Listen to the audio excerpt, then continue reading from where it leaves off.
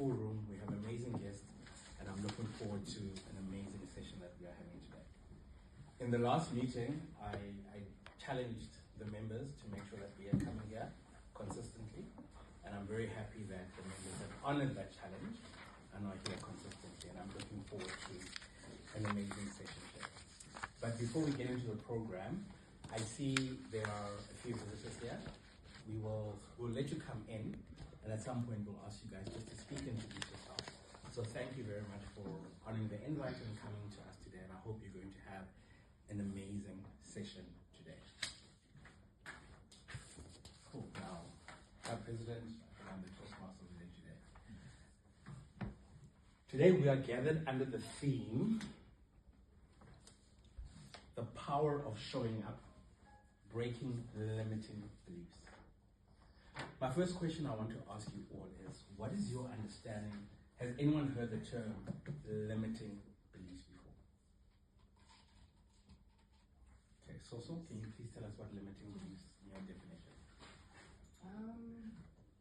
I would like to think that limiting beliefs are just the beliefs that you have about yourself, or perhaps your environment or things around you that limit you from being able to show up or do the things that you should or know you can do. Perhaps, I don't know. Thank you very much for that definition. Mr. Farah, DTM Farah. Yes, I think she's nicely encapsulated it.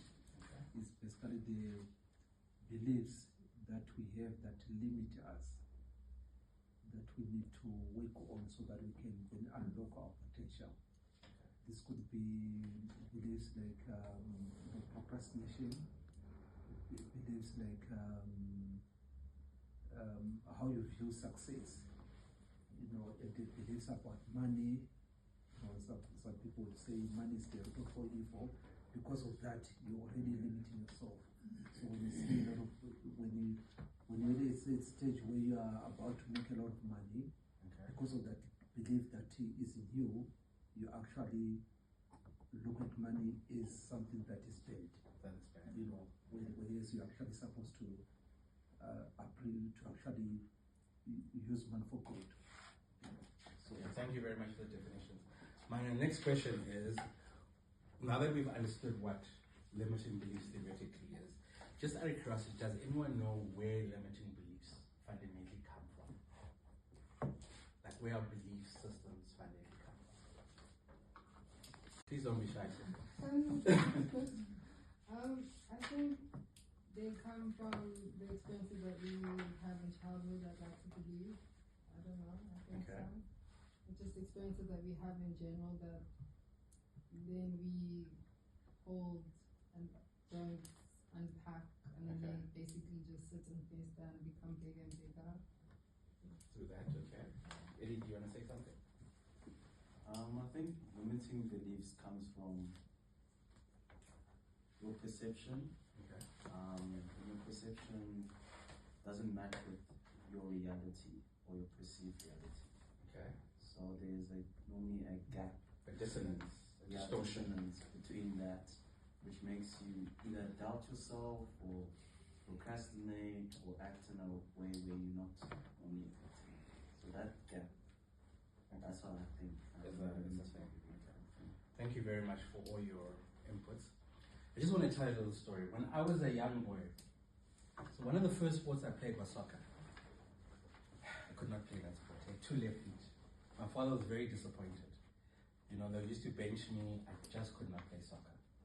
Then I changed schools. I went to another school and I did athletics for the first time. I ran from point A to point B, and I won. And I kept winning and winning. Now the next step is I was in that school for a year and I was going to go to another school, a nice all-boys school. But for some strange reason, I told myself I want to stay in the school because I'm dominated.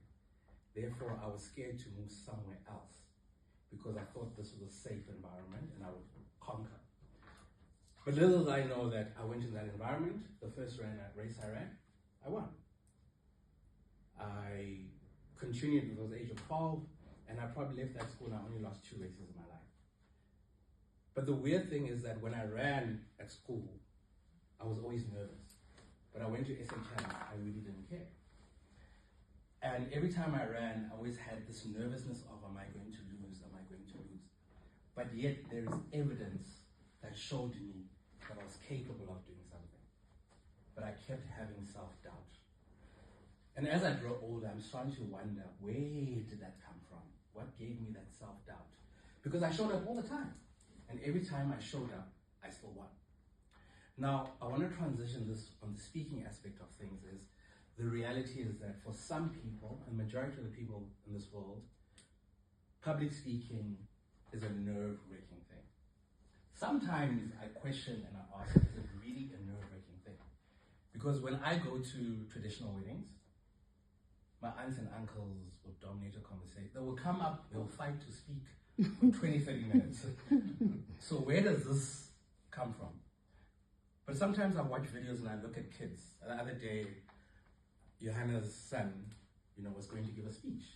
And as a kid, he was very excited, probably not nervous. But as we grow older, something happens that we feel a little bit nervous in terms of speaking. And that's something that I'm trying to understand and ponder, because every single day of our lives, we have conversations with people. Whether or not one-on-one conversations, group conversations, but we're always having conversations. But yet, when we stand and we speak in public, there's an element of nervousness. Now, for me, that is something that I don't think I necessarily struggle with. But the art of wanting to win and be perfect is what limits me.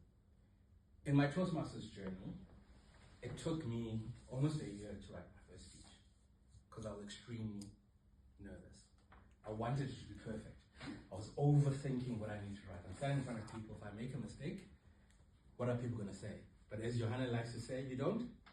No one's gonna die. No one's going to die in terms of that. It took me a while, a year to write one speech.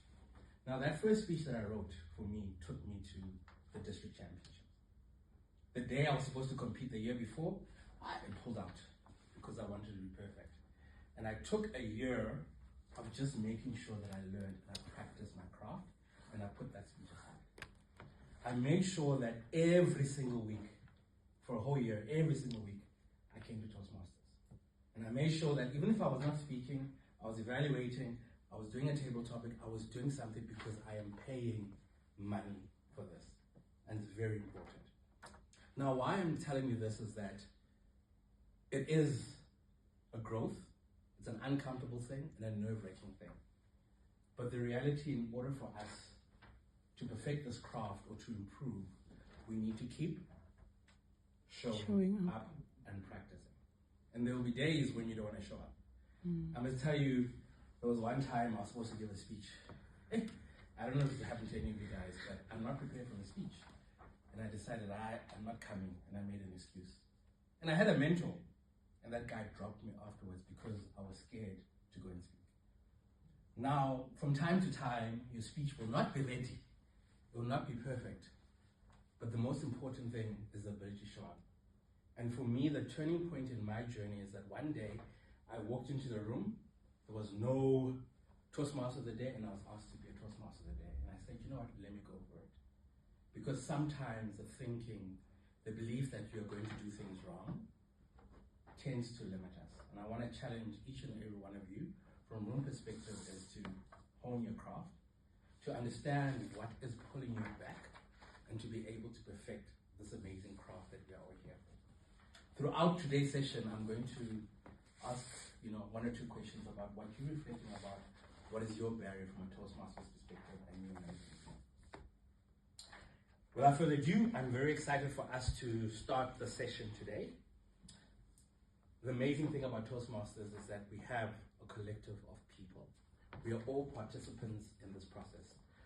Therefore, I have a few role players who will be assisting me today in ensuring